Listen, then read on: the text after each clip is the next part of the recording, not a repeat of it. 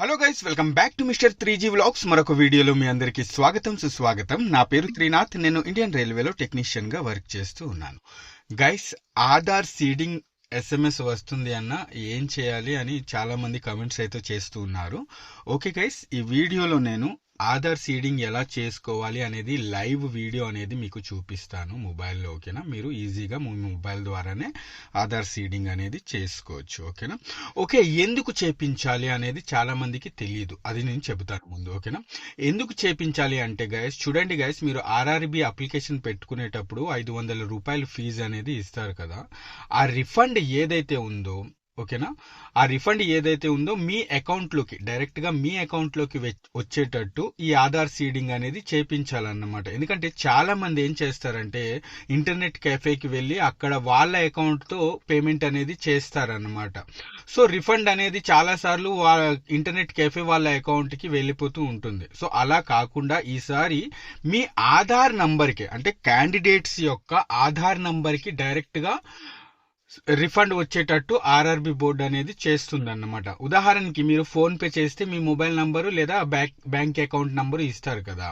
So అలానే ఈ Aadhaar seeding తో ఏంటంటే క్యాండిడేట్ యొక్క ఆధార్ నంబర్ కి డైరెక్ట్ గా పేమెంట్ అనేది రిఫండ్ అనేది చేయించడం అన్నమాట. ఓకేనా, సో అప్పుడు ఏంటంటే డైరెక్ట్ గా ఏ క్యాండిడేట్ అయితే ఎగ్జామ్ రాశారో ఆ క్యాండిడేట్ కే డైరెక్ట్ గా రిఫండ్ అనేది వెళ్తుంది అతని అకౌంట్ కి. ఓకేనా, అందుకే ఆధార్ సీడింగ్ అనేది చాలా అవసరం. ఒకవేళ ఆల్రెడీ ఎవరైతే ఆధార్ సీడింగ్ చేపించేసుకున్నారో, ఆల్రెడీ బ్యాంక్ అకౌంట్ తో లింక్ ఉందో మీ ఆధార్ నంబర్, నో ప్రాబ్లం, మీకు మెసేజ్ అనేది రాదు. బట్ ఎవరిదైతే లింక్ లేదో ఆధార్ నంబర్ బ్యాంక్ అకౌంట్ తో, ఓకేనా, సో వాళ్ళకి ఈ మెసేజ్ అనేది వస్తుంది అన్నమాట. ఓకేనా, ఒక క్లియర్. సో సింపుల్ గా మీకు అర్థమయ్యేలా చెప్పాలి అంటే గనక, మీ ఆధార్ నంబర్ ఏదైతే ఉందో దానికి వీళ్ళు డైరెక్ట్ గా డబ్బులు రిఫండ్ అనేది పంపిస్తారన్నమాట. ఓకేనా, సో అందుకే ఈ ఆధార్ నంబర్ సీడింగ్ అనేది చేపించాలి. ఓకే, సో గ్రూప్ DK అనే కాదు, ఓకేనా, RRB ALP, RRB NTPC, ఓకేనా, RRB RPF, ఓకే, ఇంకా ఇప్పటి వరకు ఇంకా ఏం ఎగ్జామ్, RRB పారామెడికల్, ఓకేనా, RRB ఐసోలేటెడ్ కేటగిరీస్ లోన ఎగ్జామ్స్ జరిగాయి కదా.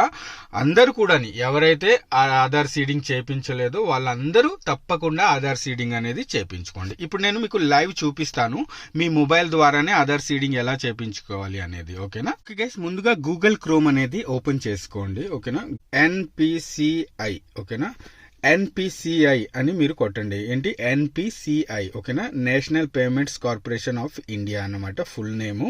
ఇది మీకు ఇక్కడ కనిపిస్తుంది కదా, ఈ NPCI మీద క్లిక్ చేయండి. ఓకేనా, NPCI మీద క్లిక్ చేసిన తర్వాత ఇలాంటి పేజ్ అనేది మీకు ఓపెన్ అవుతుంది. ఓకేనా, దీనిపైన మీరు క్లిక్ చేయండి మరొకసారి. ఓకేనా, ఇలాంటి ఇంటర్ఫేస్ ఓపెన్ అయిన తర్వాత ఇక్కడ 3 డాట్స్ కనిపిస్తున్నాయి కదా, దీనిపైన మీరు క్లిక్ చేయండి. ఓకే, దీనిపైన మీరు క్లిక్ చేస్తే కనుక ఇక్కడ కన్జ్యూమర్ అనే ఆప్షన్ కనిపిస్తుంది కదా, అబౌట్ NPCI కింద కన్జ్యూమర్ అనే ఆప్షన్ కనిపిస్తుంది కదా, దాని మీద మీరు క్లిక్ చేయాలి. ఓకేనా, దానిపైన మీరు క్లిక్ చేసిన తర్వాత ఇక్కడ చూడండి, భారత్ ఆధార్ సీడింగ్ ఎనేబుల్ అని ఇక్కడ కనిపిస్తుంది కదా, BASC, Bharat Aadhaar seeding enable అని కనిపిస్తుంది కదా, దీనిపైన మీరు క్లిక్ చేయాలి. ఓకేనా, సో దీనిపైన మీరు క్లిక్ చేస్తే కనుక ఇలాంటి ఒక ఇంటర్ఫేస్ అనేది ఓపెన్ అవుతుంది.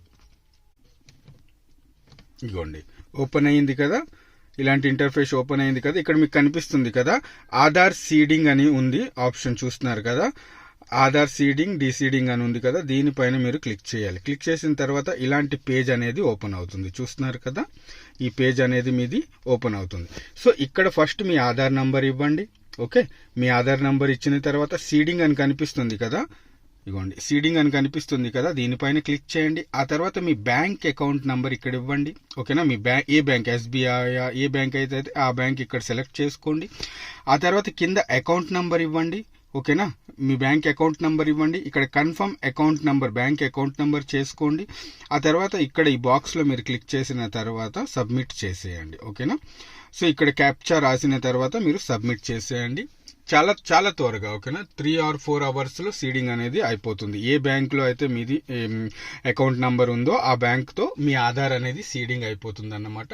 సో RRB రిఫండ్ ఏదైతే ఉందో డైరెక్ట్ గా మీ ఆధార్ నంబర్ కే వస్తుంది. అంటే మీ ఆధార్ నంబర్ తో లింక్ అయి ఉన్న బ్యాంక్ అకౌంట్ కే డబ్బులు అనేవి రిఫండ్ అనేది పడుతుంది అన్నమాట. చాలాసార్లు అన్న రిఫండ్ రాలేదు అని చాలా మెసేజెస్ వస్తూ ఉంటాయి నాకు. మేబీ దీనివల్లే మీకు రిఫండ్ అనేది రాలేదు. ఓకేనా. సో ఇప్పుడు కూడా ఏం లేట్ లేదు. మీ డబ్బులు ₹1 కూడా ఆర్ఆర్బి దగ్గర ఉంటే కనుక అది మీకు పంపించేస్తుంది తిరిగి. ఓకేనా. సో దాని గురించి మీరు టెన్షన్ పడకండి. ఓకే. సో మీరు ఈ ఆధార్ సీడింగ్ అనేది తప్పకుండా ఇలా చేసుకోండి మీ మొబైల్ ద్వారానే. ఓకే గైస్, మరి లైవ్ లో చూపించాను మీకు మొబైల్ ద్వారా ఎలా ఆధార్ సీడింగ్ అనేది చేయించుకోవాలి అనేది. ఇంకా కూడా మీరు కన్ఫ్యూజన్ లో ఉంటే కనుక తప్పకుండా నెట్ సెంటర్ కి వెళ్ళి అక్కడ ఆధార్ సీడింగ్ అనేది చేయించుకోండి, లేదా మీ మొబైల్ ద్వారానే ఇంట్లో కూర్చొని ఈజీగా ఆధార్ సీడింగ్ అనేది చేయించుకోవచ్చు. ఓకేనా. ఓకే గైస్, మరి ఉంటాను. వీడియో నచ్చితే కనుక తప్పకుండా ఒక లైక్ చేయండి. నెక్స్ట్ వీడియోలో మళ్ళీ కలుస్తాను. అంతవరకు సెలవు, బాయ్, జై హింద్.